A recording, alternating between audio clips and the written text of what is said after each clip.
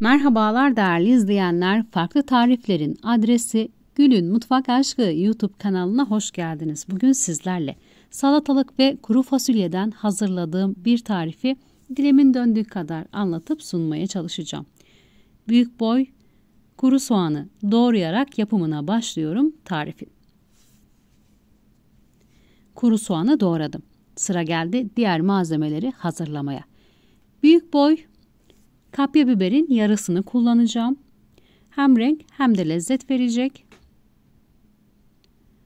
Kapya biberin yarısını önce dilimlere ayırıyorum. Sonra doğrayacağım.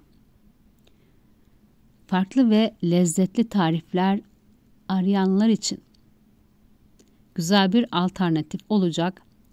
Eminim ki her damağa da hitap edebilecek bir tarif. Birçok severek tükettik. Lezzeti garanti bir tarif hazırladığınızda sizler de göreceksiniz.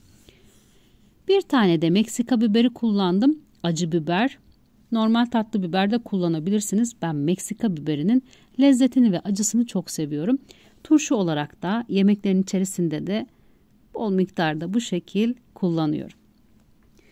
Tava içerisine malzemeleri ekledim, kenara aldım. Sıra geldi salatalığı hazırlamaya. 400 gram salatalık kullandım. Uç kısımlarını alıyorum.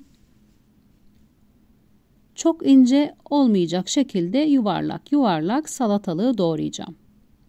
Çok ince doğramanızı tavsiye etmem.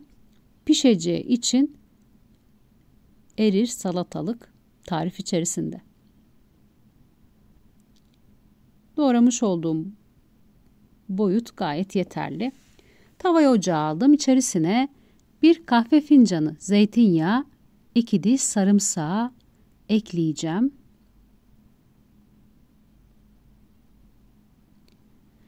Kızgın yağ içerisinde soğan, kapya biber, Meksika biberi ve sarımsak sotelenecek. Kendi hazırlamış olduğum domates kabuklarından yaptığım bir yemek kaşığı domates salçasını ekledim. Salçayı da malzemelerle iyice karıştırıyorum.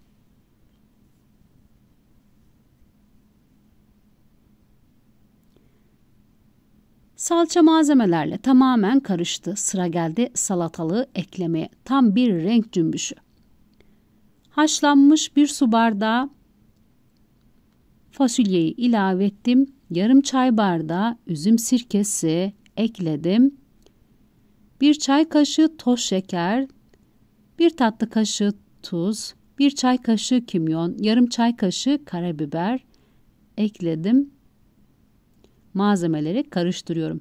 1 çay kaşığı toz şeker eklememin sebebi acı tatlı dengesini ayarlamak için.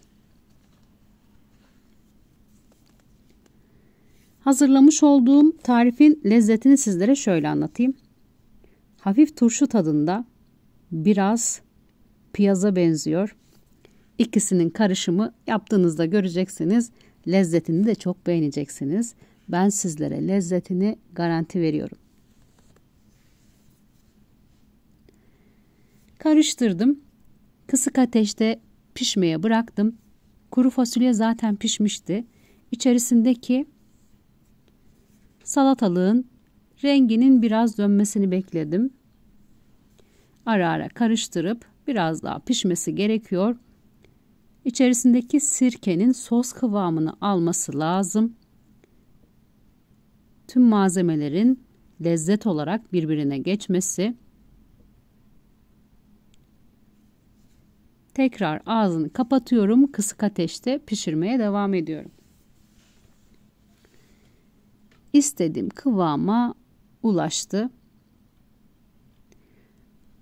Yaklaşık 15 dakika dinlendireceğim ocağın altını kapatıp.